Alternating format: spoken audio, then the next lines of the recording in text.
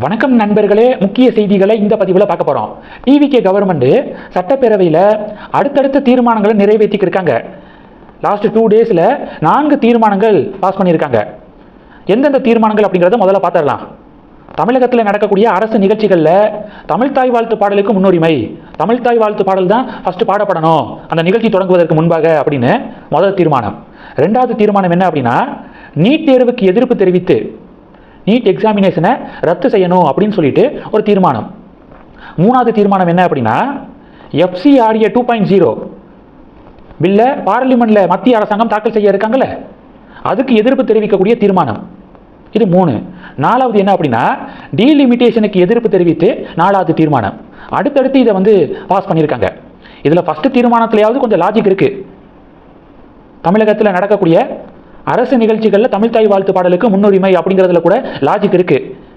மத்திய அரசாங்கம் என்ன சொல்றாங்க, முதல்ல வந்தே மாதரம், அடுத்து ஜனகணமன, ஃபர்ஸ்ட் நேஷனல் சாங்கு, 2வது நேஷனல் ஆந்தம், 3வது மாநில பாடல் அப்படின்னு மத்திய அரசாங்கம் சொல்றாங்க. முதல்ல கண்ட்ரி தான் ஃபர்ஸ்ட், நாடு தான் ஃபர்ஸ்ட். அதன் அடிப்படையில் மத்திய அரசாங்கம் சொல்றாங்க. சரி, அதில் உங்களுக்கு உடன்பாடு இல்லை, மாநில பாடல் தான் ஃபர்ஸ்ட் அப்படின்னு சொல்லிட்டு முடிவெடுத்து இந்த தீர்மானத்தை போட்டிருக்கீங்க. State subject. மாநிலத்தில் மாநில அரசாங்கத்தால் இயங்கக்கூடிய கல்வி நிறுவனத்தில் மாநில பாடல் ஃபஸ்ட்டு இருக்கணும் அப்படின்னு சொல்கிறதுல உங்களுக்கு அதிகாரம் இருக்குது. இதையே கவர்னருடைய ஃபங்க்ஷனில் மாநில அரசாங்கம் தலையிட முடியாது. கவர்னர் பங்கேற்கக்கூடிய நிகழ்ச்சினா அவர் வந்தே மாதரத்தை தான் ஃபஸ்ட்டு பாடுவார். கவர்னர்கிட்ட மாநில அரசாங்கம் போய் திணிக்க முடியாது. அந்த வகையில் மாநில அரசாங்கத்தால் நடத்தப்படக்கூடிய கல்வி நிறுவனம், பொதுத்துறை நிறுவனத்தில் நடக்கக்கூடிய அரசு நிகழ்ச்சிகளில் தமிழ்த்தாய் வாழ்த்து பாடல் ஃபஸ்ட்டு. லாஜிக் இருக்குது, தப்பு இல்லை. ஆனால் 2வது 3வது 4வதுலாம் இருக்குது பார்த்தீங்களா, எதற்காக இந்த தீர்மானம் அப்படிங்கிறதே ஒரு பெரிய கேள்விக்குறி. ஏற்கனவே டிஎம்கே ஆட்சியில் நீட் தேர்வுக்கு எதிர்த்து நீட் தேர்வை ரத்து செய்ய போகிறோம் அப்படின்னு ஒரு தீர்மானத்தை கொண்டு வந்தாங்க. தமிழக சட்டப்பேரவையில் நிறைவேற்றப்படக்கூடிய தீர்மானம் நீட் தேர்வை கண்ட்ரோல் பண்ணிடுமா? இவங்க இங்கே தீர்மானத்தை நிறைவேற்றிட்டா அடுத்த வருஷம் நீட் எக்ஸாமினேஷன் நடக்காமல் போயிருமா?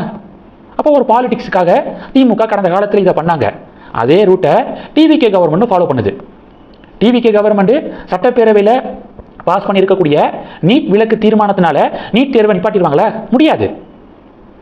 ஆனால் நாங்களும் தீர்மானம் போட்டிருக்கோம் அப்படிங்கிற அரசியலை டிஎம்கே மாதிரி டிவிகேவும் பண்ணுறாங்க. 3வது பார்த்தீங்கன்னா, FCRA 2.0க்கு எதிராக தீர்மானம். இதுவும் நீட் தேர்வுக்கு எதிரான தீர்மானம் மாதிரி தான். இதெல்லாம் மத்திய அரசாங்கம் கொண்டு வரக்கூடிய FCRA 2.0வை தடுக்க முடியாது. பாராளுமன்றத்தில் FCRA 2.0வை சென்ட்ரல் கவர்மெண்ட் கொண்டு வராங்க.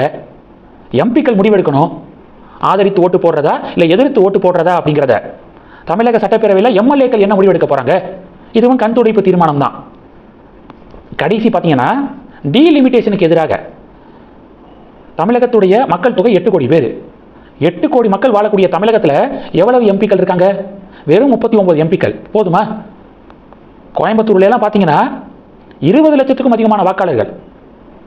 அவ்வளோ பெரிய கோவை பாராளுமன்ற தொகுதிக்கு ஒரு எம்பி.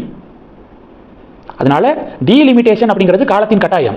மக்கள் தொகை அடிப்படையில் டீலிமிட்டேஷன் நடக்குதுன்னா அதை எதிர்க்கணும். ஆனால் மத்திய அரசாங்கம் குறைஞ்சது 100 தடவை சொல்லிட்டாங்க, விகிதாச்சார அடிப்படையில் தான் டீலிமிட்டேஷன் ப்ராசஸ் நடக்கும், மக்கள் தொகை அடிப்படையில் நடக்காது அப்படிங்கிறத 100 தடவைக்கு மேலே அவங்க உறுதி கொடுத்தும் இங்கே இருக்கக்கூடிய பொலிட்டீஷியனு மக்கள் தொகை அடிப்படையில் தொகுதி மறுவரையறை பண்ண போகிறாங்க, இதனால் தமிழகத்துக்கு ஆபத்து, தென் மாநிலங்களுக்கு ஆபத்து அப்படின்னு வழக்கம் போல் உருட்டுறாங்க.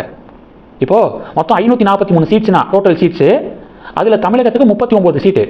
543ல் 39 அப்படிங்கிறது எத்தனை சதவீதம்? அதே சதவீதம் தான் நாளைக்கு 543 800 உயர்த்துறாங்கன்னு வச்சுக்குவோம். அந்த 800ல் இப்போ 543ல் 39 எத்தனை சதவீதமோ 800ல் அத்தனை சதவீதம் தான் தமிழகத்துக்கு எம்பி சீட்டு கிடைக்கும். அதுதான் விகிதாச்சார அடிப்படையில். அப்படி பண்ணி தான் ஆகணும். எத்தனை காலத்துக்கு? இப்போ 8 கோடி பாப்புலேஷன், அடுத்து ஒரு 20 வருஷத்துக்கு அப்புறம் 10 கோடி 12 கோடி அப்படிங்கிற பாப்புலேஷன் அதிகரித்தாலும் அதே 39 அப்படிங்கிறது என்ன லாஜிக்கு? என்ன மாதிரியான ஒரு பாசிட்டிவ் அப்ரோச்சு? அதனால டீலிமிட்டேஷன் ப்ராசஸ் காலத்தின் கட்டாயம். விகிதாச்சார அடிப்படையில் தான் நடத்த போகிறாங்க, மக்கள் தொகை அடிப்படையில் நடத்தலை. அதை வெல்கம் பண்ணணும், தேவையில்லாமல் எதிர்க்கிறாங்க. டீலிமிட்டேஷனுக்கு எதிரான தீர்மானத்தில் எந்தெந்த கட்சிகள் எப்படி நிலைப்பாடு எடுத்திருக்காங்க அப்படிங்கிறத பார்க்கலாம். டிவிகே உடைய கூட்டணி கட்சிகள் டிஎம்கே, இவங்க இந்த தீர்மானத்துக்கு ஆதரவு தெரிவிச்சிருக்காங்க. தேமுதிக ஆதரவும் தெரிவிக்கல, எதிர்ப்பும் தெரிவிக்கல. பிஜேபி, பிஎம்கே, ஏடிஎம்கே இந்த 3 பார்ட்டிஸும் இந்த தீர்மானத்தை எதிர்த்து ஓட்டு போட்டிருக்காங்க. டிவிகே கவர்மெண்டுடைய இந்த பொலிட்டிக்கல் டிராமாவை தமிழக பாஜக, அதிமுக இவர்களை கம்பேர் பண்ணும்போது பாமக மற்றும் அண்ணாமலை சாருடைய வீத லீடர்ஸ் இயக்கத்துடைய வாலண்டியர்ஸ் சமூக வலைதளத்தில் நல்லாவே எக்ஸ்போஸ் பண்ணுறாங்க. டிஎம்கே மாதிரி தான் டிவிகேவும், டிவிகே உடைய அரசியல் நாடகம் இது இந்த தீர்மானங்கள்லாம் அப்படி நல்லாவே எக்ஸ்போஸ் பண்ணுறாங்க. இந்த செய்திகளை பற்றி உங்களுடைய பார்வைகளை மறக்காமல் கமெண்ட் பண்ணுங்கள். தொடர்ந்து கணக்கில் இருங்க. அடுத்தடுத்து நிறையா பதிவுகளை பார்க்க போகிறோம். நன்றி. ஜெய் ஹிந்த்.